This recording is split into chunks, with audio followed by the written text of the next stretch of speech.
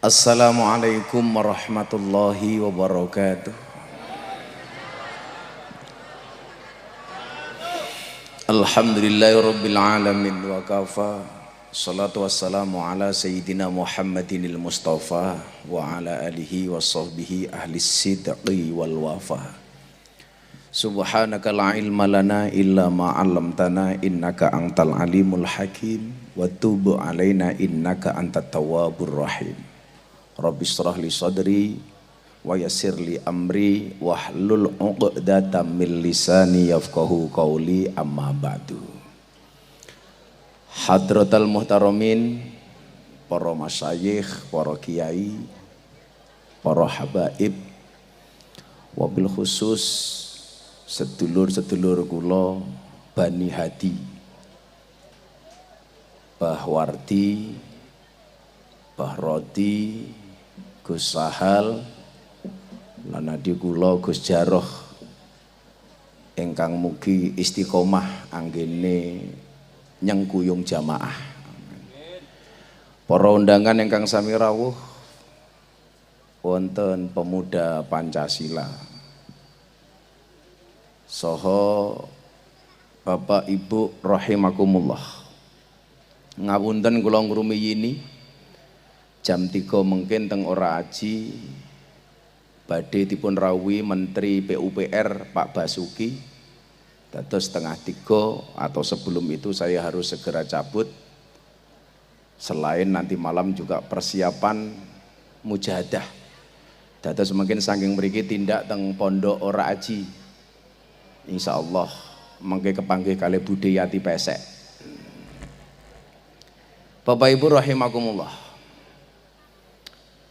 Kula mbiyen tahun 2005-2006 niku saben Ahad enjang kula niku sowan Al-Maghfurlah Kiai Haji Abdurrahman Wahid alias Gus Dur. Napa kula sowan? Mergo kula niku ngefan banget kalih Gus Dur. Bahkan kalih kanca-kanca IAIN kula mbiyen dijuluki niku Miftah niku miniatur Gus Dur. Soale kula ngerti kathah soal ceritane Gus Dur.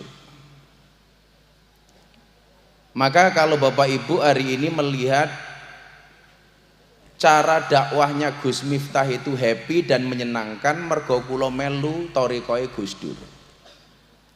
Bilih wong ngaji niku ora usah digawe angel, ora usah digawe susah. Soalnya napa wong tindak ngaji niku mesti pun gadah masalah. Ibu-ibu tindak mriki ketoke ayem niku lak mergo pas ketemu nggon pengajian kumpul kalih kiai lan ulama. Begitu mulih niku mesti pun gadah masalah kiyambak-kiyambak. Nggih napa mboten? Enten sing kagungan masalah karo bojone. Walaupun survei membuktikan ora ana ceritane wong lanang iso ngalahke wong wedok. Sak gagah-gagahe wong lanang ning kantor niku mesti tetep kalah karo wong wedok. Apa meneh wong wedok sing jilbabe pink niku mesti.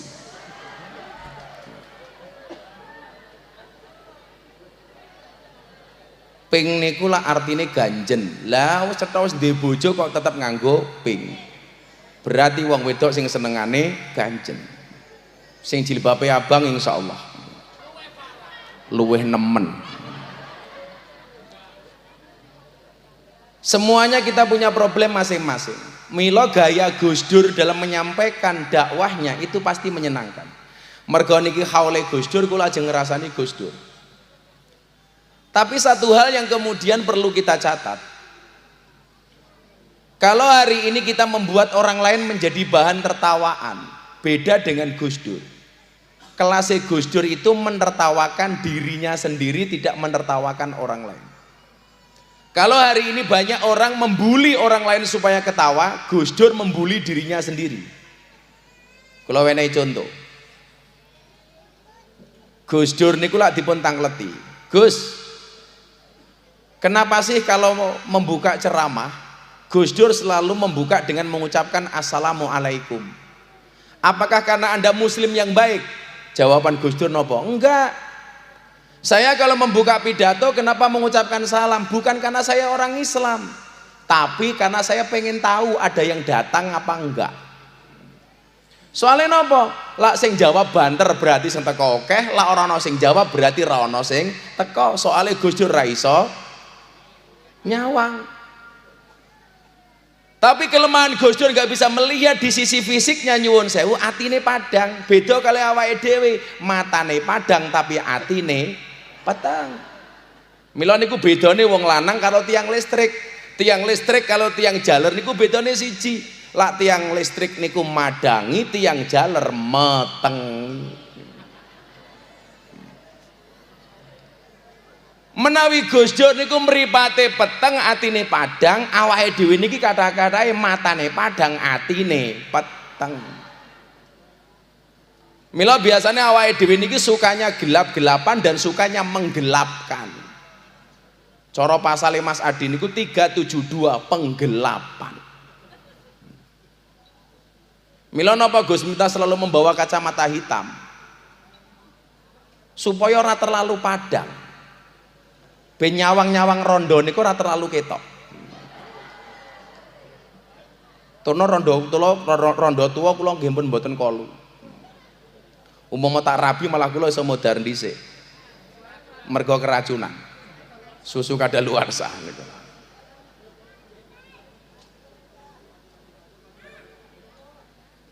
Niki Bapak maju mawon niku sing teng mburi ben iso maju. Mila leres sabar niku mboten wonten watese, soalé sing diwates namung kulon praga.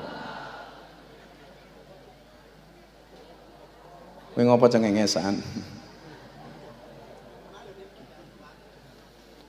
Shallu ala Nabi Muhammad.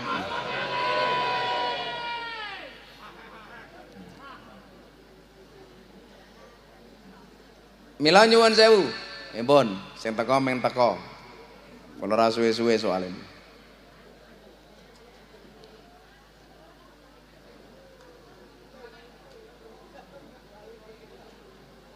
Maka kalau wingi kula hadir di podcastnya Karni Ilyas, Presiden ILC ini.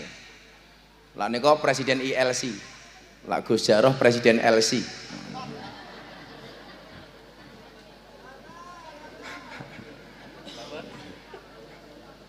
Malah wonge bengok hoo.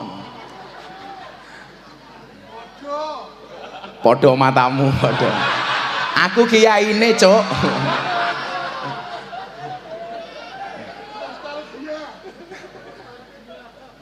Kan aku mau buka ketok.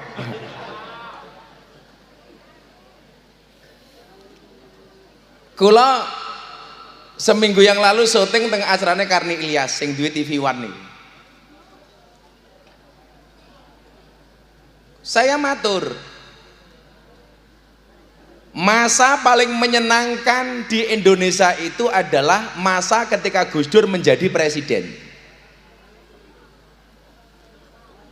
Semuanya bisa diselesaikan dengan canda dan tawa. Maka saya sering mengatakan hidup ini indah bila disertai dengan canda dan tawa. Napa? Canda. Kula wae ngomong napa? Ya men cangkem-cangkemku dhewe kok.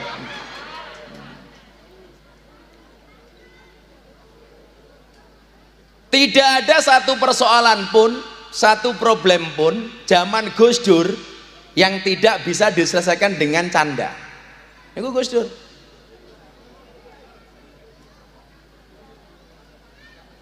Ayo cah pemuda Pancasila majine. Sapa ngerti sesuk tahun ngarep ana dai kondang saka pemuda Pancasila. Iki pemuda Pancasila pundi? Oh Bantul. Saya besok tanggal 23 orasi kebangsaan bersama pemuda Pancasila Jawa Tengah di Pemalang. Lah Bantul ora wani ngundang, ora duwe budget.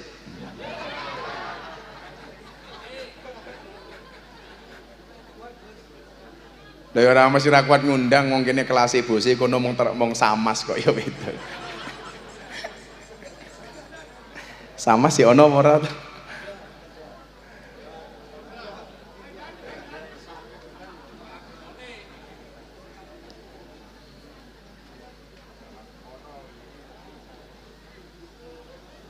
Coba jenengan persani.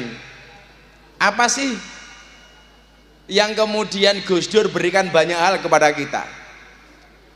Ketika Gus Dur niku mau diturunkan jadi presiden, kalau seandainya Gus Dur niku kerso, Gus Dur pasti tetap di istana. Kenapa? Ratusan ribu orang bahkan jutaan orang mau datang ke Jakarta mengatasnamakan dirinya pasukan berani mati bela Gus Dur.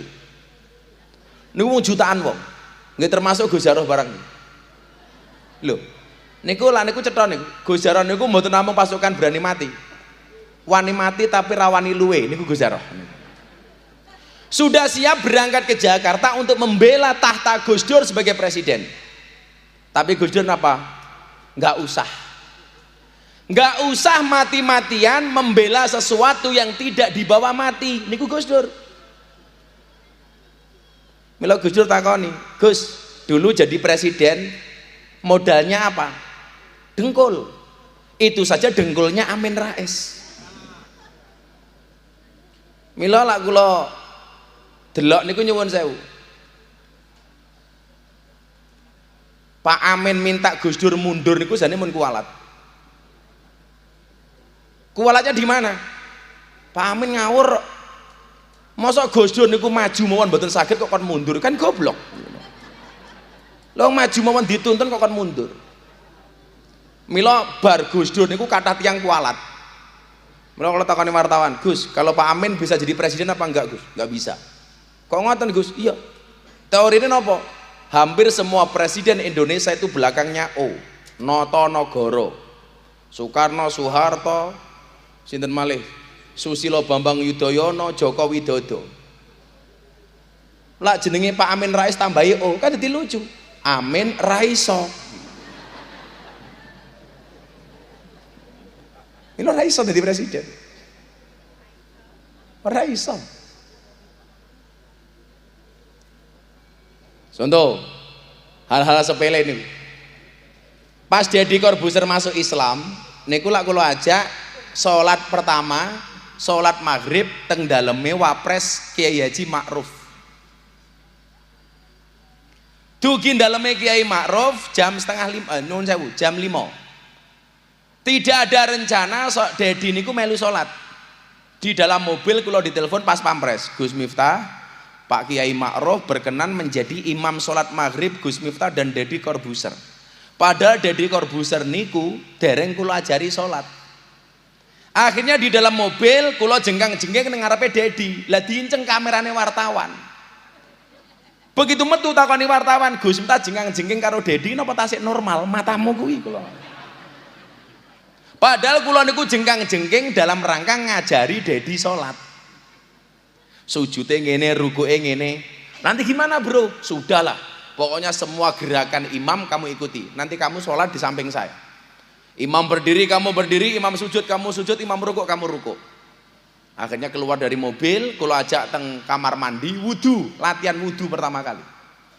Akhirnya begitu ngelap rambut, itu kenapa begini? Ngusap rambut. Dia tanya, saya yang diusap apanya? Matamu aku. Mila Dedi niku napa-napa iso sing ra iso mung siji. Nyisir rambut. Mergo ora duwe rambut.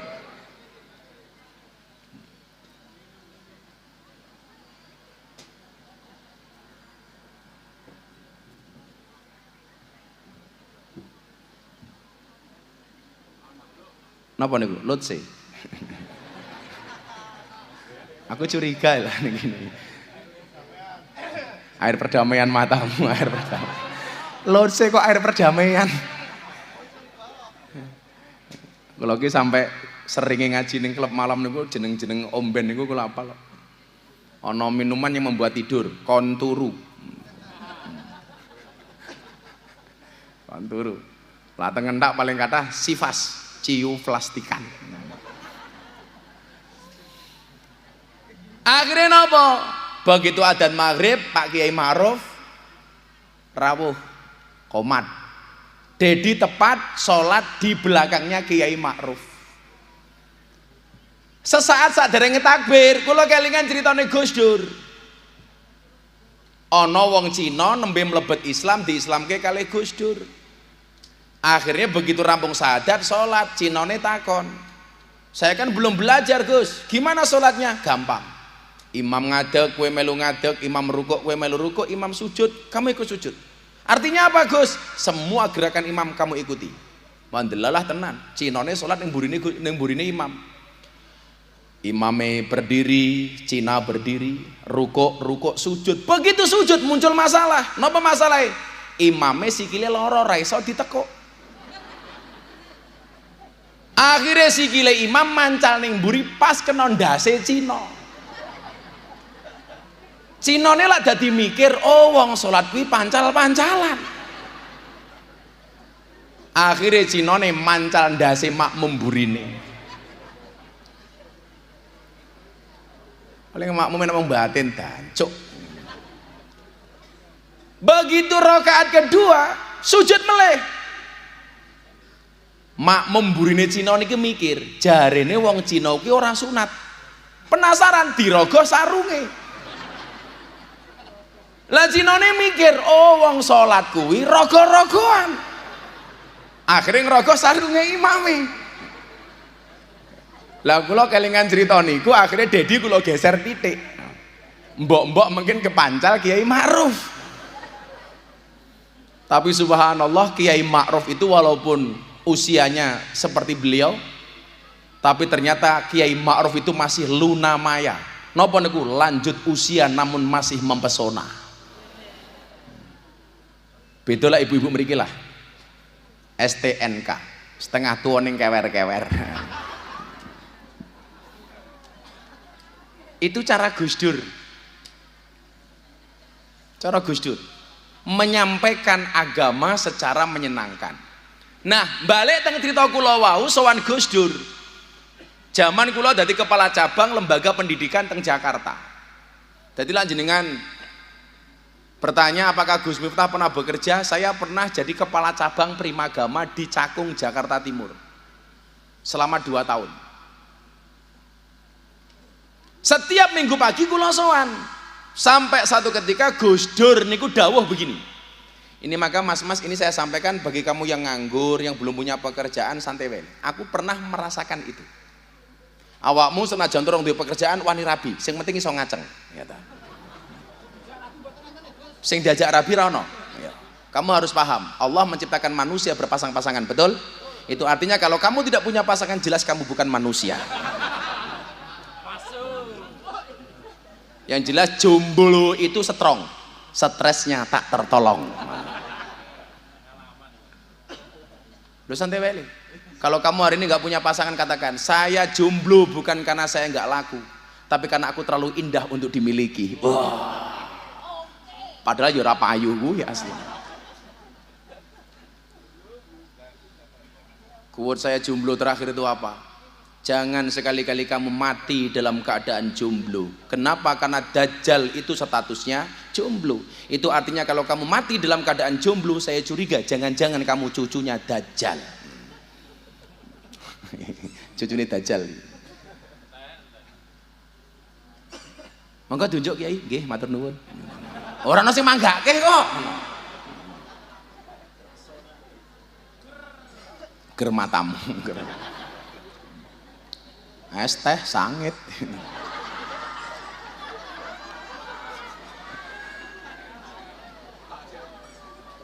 Sallu ala Nabi Muhammad.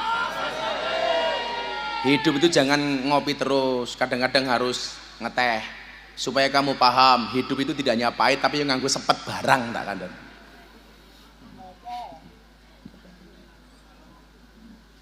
Saya waktu itu diberhentikan dari Primagama secara sepihak ceritanya. Lah kula sowan Gus Dur terus. Akhirnya Gus Dur napa? Bilang begini sama saya. Saya ingat betul tahun 2006 sebelum gempa bumi Bantul. Le, kue mulya ning Yogya. Pilihanmu loro kata Gus Dur waktu itu. Pulang ke Lampung, ngurusi pondok Lampung, atau pulang ke Jogja kamu bikin pesantren di Jogja dan melanjutkan dakwahmu di lokalisasi. Itu tahun 2006 saya ngaji di Sarkem tahun 2000. Makanya nanti malam ini saya akan dapat penghargaan dari Leprit, semacam MURI, Lembaga Prestasi Indonesia. Saya dikasih penghargaan 3. Yang pertama, Ustadz yang secara kontinu berdakwah di lokalisasi sejak tahun 2000. Nomor 2, saya mendapatkan penghargaan karena belangkon saya terjual termahal sedunia, laku 900 juta, disumbangkan untuk Nahdlatul Ulama. Belangkon ini soalnya tiangnya baru pulang dari Dubai, baru besok tanggal 25 saya berikan kepada beliau. Ini detik-detik terakhir belangkon di kepala saya. Ngomong dindasmu tak ajar.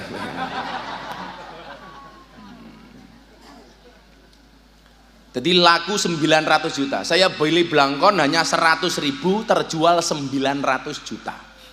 Maka nyobadin oke matamu disumbangke. Asu. Lo disumbangke kok badine oke iki lho. Kan aku erosi.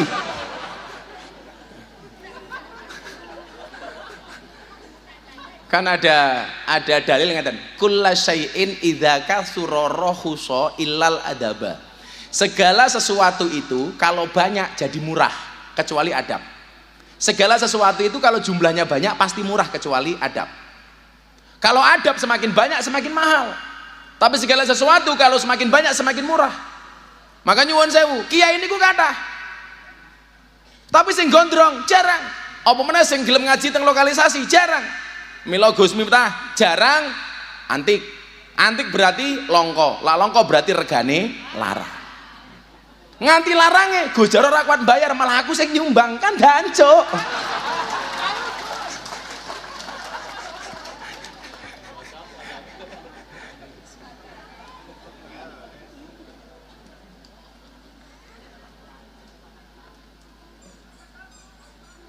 Nomor loro niku, belangkon saya laku 900 juta saya sumbangkan untuk Muktamar Nahdlatul Ulama di Lampung. Nomor 3, penghargaannya adalah Gus Miftah mendapatkan penghargaan Ustadz atau selebritis yang gambarnya paling banyak di bokong truk. Sampai hari ini sudah 150 truk gambarnya Gus Miftah. Termasuk yang paling wow adalah mobil tangki sedot WC. Ono gambare Gus Miftah.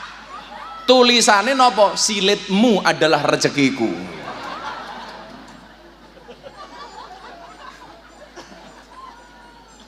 Jadi 3 penghargaan. Besok mau menyusul MURI.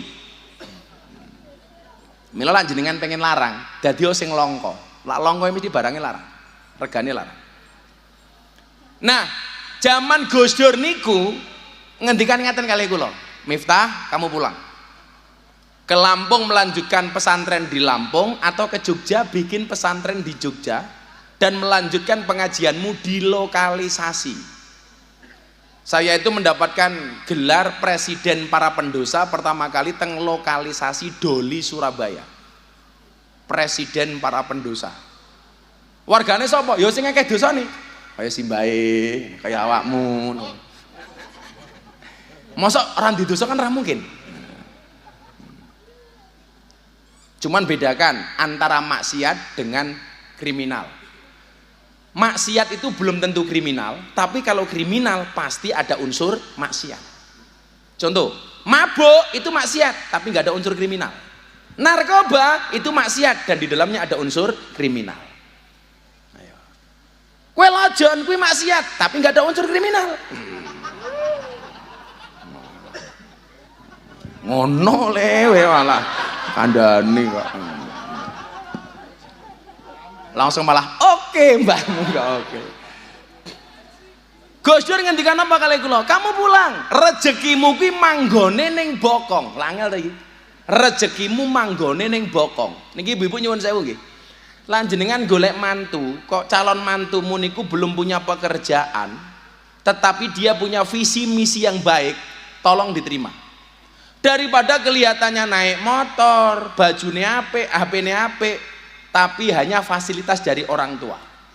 Mendingan bocah walaupun sederhana, rong duwe apa-apa, tapi punya proposal hidup yang baik, itu diterima. Insya Allah itu ada di Brigade Bintang 9. Tapi bohong.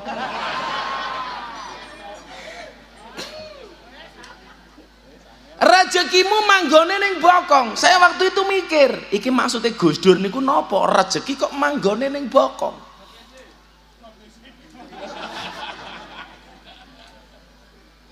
Saya pulang ke Jogja dalam keadaan nganggur karena saya sudah diberhentikan dari Primagama.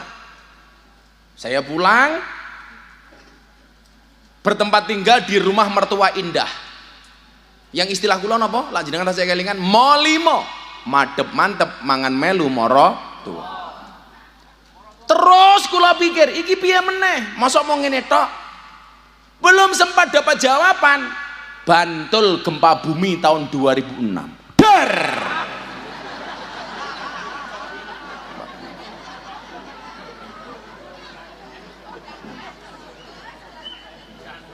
Loh kan gempa bumi banter, masa gempa bumi ter, ya pantes. Kan harus ekspresif, pitch control. Sing rasa ngomong rasa ngomong kontrol. Bantul gempa bumi. Gus Dur kunjungan ke Bantul meninjau korban gempa. Waktu itu, kula ngancani Gus Dur beberapa tempat lokasi di Bantul. Jenenge Gus Dur. Takoni karo wartawan, Gus kenapa Bantul gempa bumi? Ya salahnya DPR. Loh kenapa Gus? Salahnya DPR, kenapa Nyi Roro Kidul kok dipaksa pakai jilbab? Karena waktu itu lagi rame-ramenya RUU pornografi dan porno aksi yang dibuat oleh DPR. Begitu Gus Dur di bandara mau kondur naik pesawat, saya matur, Gus maksudnya apa rezekimu manggone ning bokong? Sampai hari ini saya belum dapat jawaban, Gus. Gus Dur jawab, sabar, sesok bakal ketemu jawaban. Akhirnya kula ngaji kitab hikam teng pondoke Kiai Asrori Mlangi. Waktu itu bahas babakan rezeki. Yang dibaca waktu itu adalah ijtihaduka fima duminalaka wa taqsiruka fima tuliba minka dalilun alang timasil basirati minka. Kula krungu niki langsung kelingan dawuhe Gus Dur.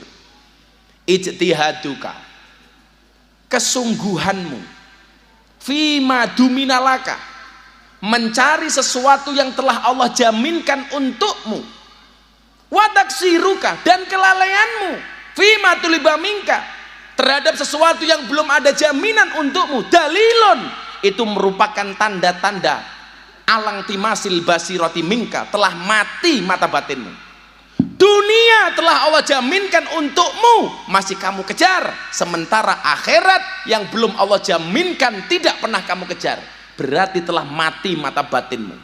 Kulo nangis krungu niki. Napa niki sing dimaksud Gus Dur? Rezekimu manggone ning bokong. Niku kulo pahami. Akhirnya yang terjadi napa? Saya paham tapi belum yakin. Saya masih cari-cari kerja, ngelamar pekerjaan teng pundi-pundi nggak ada yang diterima. Akhirnya saya membuat perusahaan. Waktu itu perusahaan seperti MLM, namanya El Miftah Visitama. Kantornya teng Rejo Winangun Mburi Gembira Luko.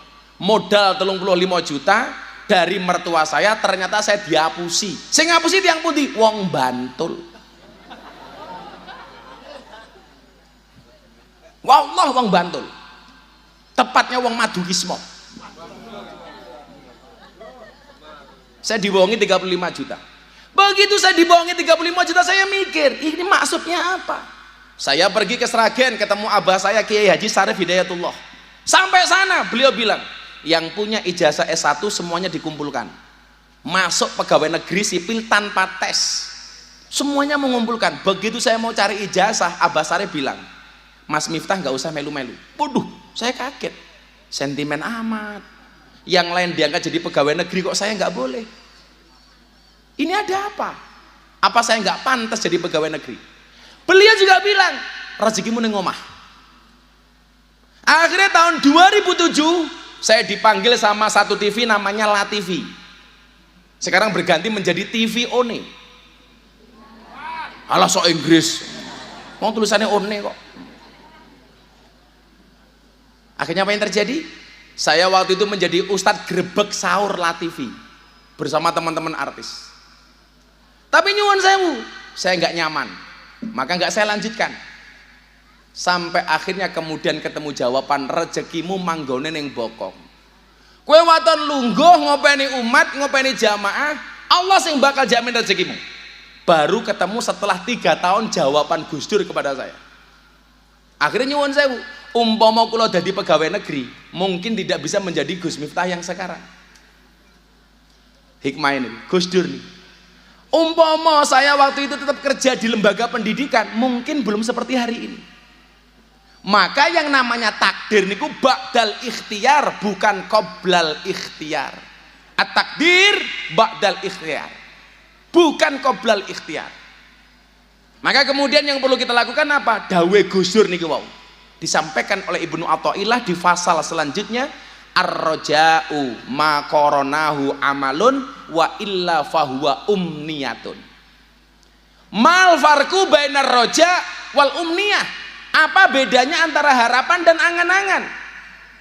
Ibnu Athaillah menjawab, ar-roja ma qoronahu amalun. Yang namanya harapan itu adalah sesuatu keinginan yang disertai dengan amal dan perbuatan, ada eksekusi. Program yang dilaksanakan dengan perbuatan, itu namanya harapan. Tapi kalau Anda punya keinginan tidak disertai dengan amal dan perbuatan, itu namanya angan-angan. Pengen rabi tapi mau ning omah tok, ora macul, karo mboyang-bayang ke bokonge rondo tok. Itu namanya bukan harapan tapi angen-angen. Pengen iso mangan tapi mau domblong tok, niku jenenge angen-angen. Maka bahasa Gus Miftah yang viral apa? Kerja nggak mau, jualan nggak mau, dagang nggak mau, tiap hari pekerjaannya tidur, begitu bangun nulis status WA akan indah pada waktunya. Niku jenenge angen-angen. Lah mila kula hakul yakin saya bisa seperti sekarang mergo dawuhe Gus Dur zaman sakmono, Miftah rezekimu manggone ning bokong. Akhirnya saniki ben lungguh karo jenengan, ati kula rasane ayem. Kula ajeng ngaji teng pundi-pundi, mbok teng TV, mbok teng pundi mawon. Sing paling gawe ati kula ayem niku lak ketemu jamaah model ngoten iki. Wis wong tuwek-tuwek lak ngaji tungkake slonjorke, orang rumangsane tungkake meletek-meletek. Kula benjang niku tanggal 24 ngaji teng BSD Tangerang. Itu ibu-ibu sosialitas se-Jakarta. Niku lah pengajian nyuwun sewu, pengajian jam 1 jam 8 wis dandan, milih baju semacam-macam niku. Raine didempul wis. Mila kula ki lak wong wedok ngomong lah sing gawene ngapus iki wong lanang. Halah sapa sing kandha? Sing gawene ngapus iki wong wedok. Faktane napa? Alis wis cetha dadi yo dikerok. Rai yo didempul. Irung yo disontek men ketok mancung. Ben ketok dhuwur yo mergo sandal jinjitan. Untu merongos yo kawatan. Susu gede yo ganjelan. Ngono kok gaweane bengak-bengkok wong lanang tukang ngapusi. Sing ngapus iki rupamu ki lho yo tak kandhani. Niku ibu-ibu sosialita, lak ngaji niku nyuwun sewu. Ngajine namung sak jam, foto-fotone 2 jam. Ki lak ngaji siwak itu karo pamer HP anyar. Gelange anyar. Njajal kalau wong ngentak, ya Allah ngaji khusuk tangane dikempit. Napa wong ngentak lak ngaji tangane dikempit? Khawatir gelang karete ketok. Rezekine manggone ning bokong. Pundi wae Gus Jarah? Gus Jarah mang timbali mriki riyen. Mbah, Gus Jarah keng rene dhisik. Tak kaya duit. Lah aku wong sugih kok. Gus Jarah pundi Gus Jarah? Ajudanku mandi ajudanku. Ajudanku ndi ajudanku? Ini tas. Mergo kula bokong Gus Jarah niku badal kula ngaji teng pundi-pundi sing lak kula reso sing gantene Gus Jarah niku. Paling lak kula reso ngaji mangkat ning Kulon Progo sing mangkat Gus Jarah. Begitu teko jamaah bengok, "Lho kok gerandong?" Tapi kula sayang kali Gus Jarah niku. Mila senajan waktu kula mepet kula tetep teko. Ayo mulai. Gus kula pamit. jenengan kula sumbang mawon. Ya, 5 juta. Nggih. Menapa? Lah ngoten dilanjut mengke dalu teng pondok. Wis ngaji suguhane mung es teh sangit. Jadi dirampok. Niki penutup saking kula. Nggih. Pokoke mugi-mugi sedaya ingkang rawuh pikantuk berkah Gus Dur. Senajan to kula mboten wali, tapi miturut guru-guru kula sing wali, Gus Dur niku insyaallah kelase wali. Insyaallah kula panjenengan nderek Mbah Munawir, nderek Gus Dur teng donya uripe ayem, benjang teng swarga bareng para kiai lan ulama. Amin. Matur nuwun. Assalamualaikum warahmatullahi wabarakatuh.